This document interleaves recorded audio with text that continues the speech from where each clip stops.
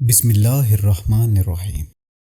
السلام علیکم ناظرین، آپ دیکھ رہے ہیں الحق وائس، ایک ایسا چینل جہاں آپ کو ملیں گے سچے واقعات جو دلوں کو چھو جاتے ہیں۔ ہم یہاں پر اسلامی واقعات، پیغام اور زندگی سے جڑے عام اور خاص قصے لے کر آتے ہیں جو نہ صرف آپ کے علم میں اضافہ کرتے ہیں بلکہ آپ کے ایمان کو بھی مضبوط کرتے ہیں۔ چلیے اب آج کی ویڈیو کی طرف بڑھتے ہیں۔ عشاء میں کتنی رکعتیں پڑھنا ضروری ہے؟ 17، 13، 9 یا پھر 7؟ کم رکعت پڑھنے سے نماز ہوگی یا نہیں؟ عشاء کی نماز پڑھنے کا طریقہ۔ بسم اللہ الرحمن الرحیم۔ نماز دین اسلام کے بنیادی ارکان میں سے ہے۔ اللہ اور اس کے رسول صلی اللہ علیہ وآلہ وسلم پر ایمان کے بعد اہم ترین رکن ہے۔ اس کی فرضیت قرآن و سنت اور اجماع امت سے ثابت ہے۔ یہ شب معراج کے موقع پر فرض کی گئی۔ قرآن و سنت اور اجماع کی روح سے اس کی ادائیگی کے 5 اوقات ہیں۔ اسلامی نظام عبادت میں نماز کی اہمیت کا اندازہ اس بات سے بخوبی لگایا جا سکتا ہے کہ قرآن مجید میں 92 مقامات پر نماز کا ذکر آیا ہے۔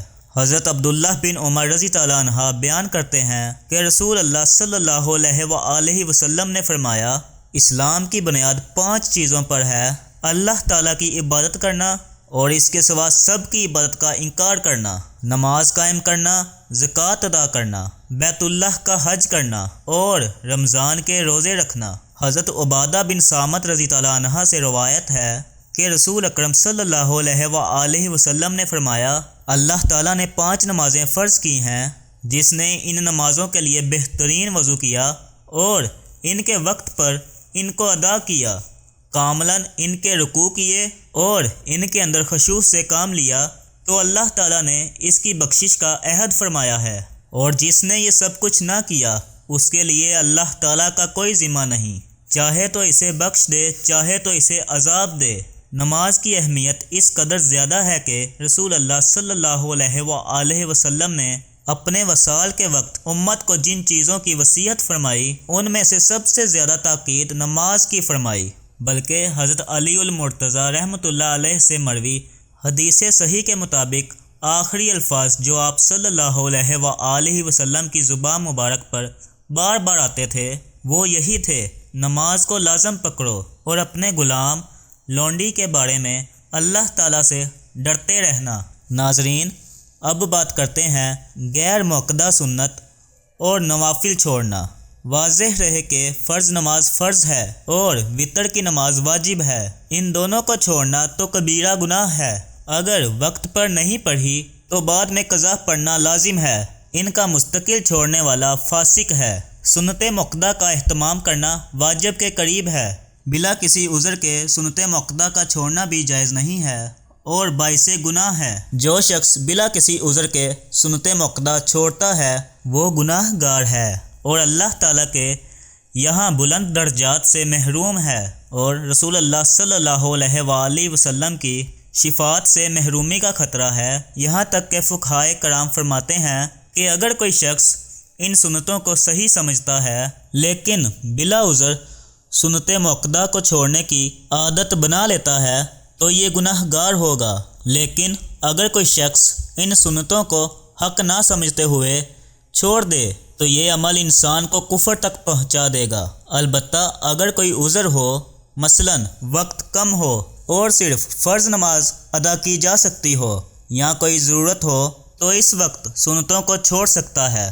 باقی سنتیں غیر موقدہ اور نوافل میں پڑھنے اور نہ پڑھنے میں اختیار ہے۔ اگر کوئی پڑھے گا اسے ثواب ملے گا اور نہ پڑھنے پر بھی کوئی گناہ نہیں، تاہم انہیں بالکل نہ پڑھنے کی عادت بنا لینا بھی مناسب نہیں ہے۔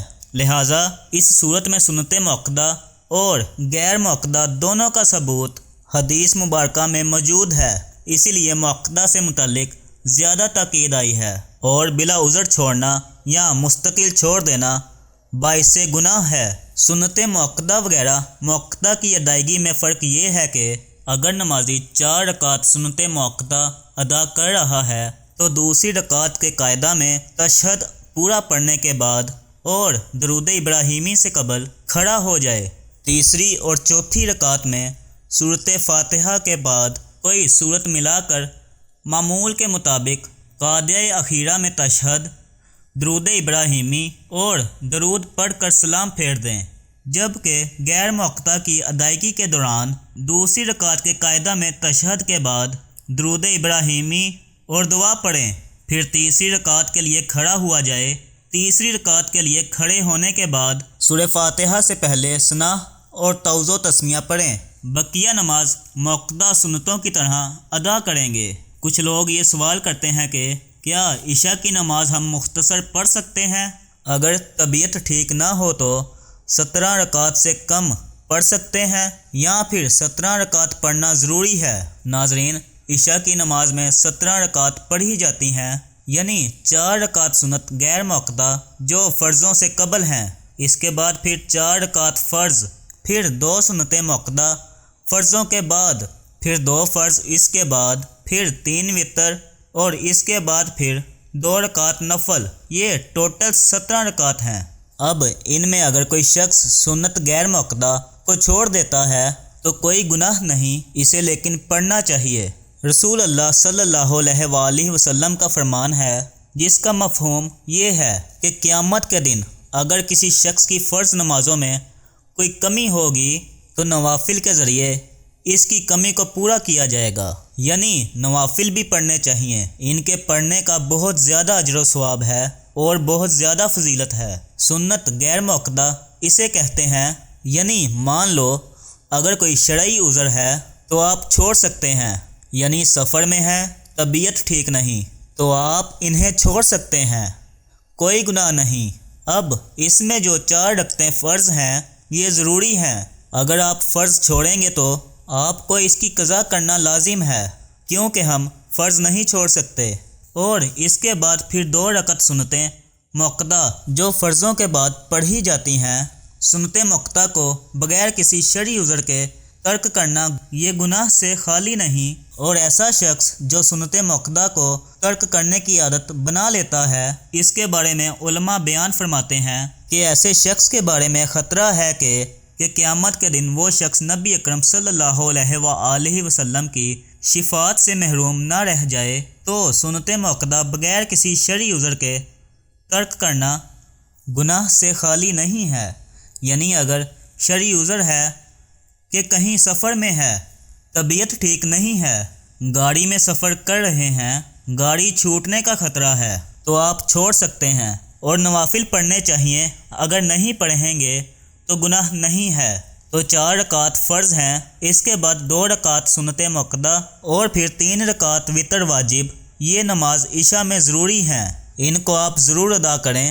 وتر واجب ہے اور اگر وتر آپ چھوڑیں گے تو ان کی قضا آپ پر لازم ہے۔ تو کم از کم 4 رکعت فرض، 2 سنت فرضوں کے بعد، اس کے بعد پھر 3 رکعت وتر واجب، یہ ہمیں ضرور ادا کرنے چاہیے۔ اور نوافل اگر آپ پڑھیں گے تو بہت زیادہ اجر و ثواب ہے، بہت زیادہ فضیلت ہے، اور اگر چھوڑ دیں گے تو کوئی گناہ نہیں ہے۔ ناظرین، ہماری آج کی ویڈیو کا اختتام ہوا، ملیں گے ایک اور ایمان افروز ویڈیو کے ساتھ، تب تک کے لیے اللہ حافظ۔